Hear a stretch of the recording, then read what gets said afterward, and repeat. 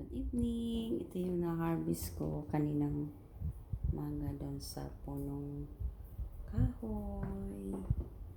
And dates. Ayan na po. O yan. I-ano ko na siya. Ayan o. Ang dami-dami.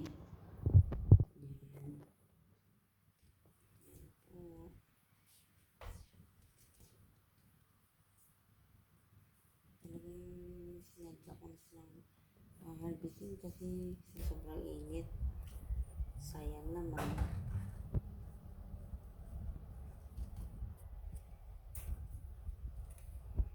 Sayang naman kaayo.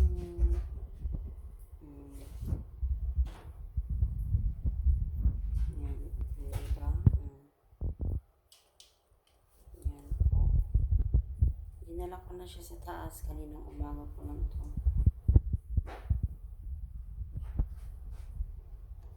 Na ano. So, thank you po for your watching sa aking mga live.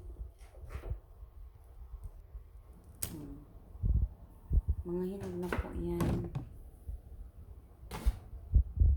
Ito yun guys. Ito po yung dates ay marami pong benefits sa sa katawan. Ay, meron pang mga kikuha na niagi.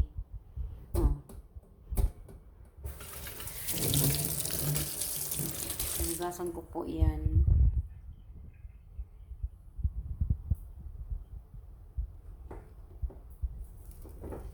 So, pwede ko na siyang malagay sa aking Tupperware. Tapos, papadala ko na sa aming probinsya. Ayan. So, kung sino pong magtanim ng dates ay buto lang po siya at madali lang po siyang tumubo. Tapos, pag namumulaklak na po, ipagtabi nyo lang yung bulaklak sa lalaki. Ang lalaki kasi, iba naman ang forma ng sa lalaki kasi. Babae kasi to. Kaya magaganda yung niya. Buto lang to dati. Mabilis po tumubo ang dates. Kaya wala pong problema magtatanim ng dates. Pero bawal po to sa supernatural po yung niya, yung hinog niya. So, ipakita ko sa inyo yung hinog niya. Kasi yan, ay hilaw po yan.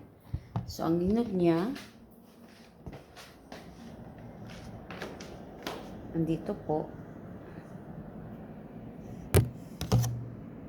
Natural po yung hinog niya. Yung ito, nahihinog lang po siya ng natural niya. Sobrang tamis. So, bawal po kumain ng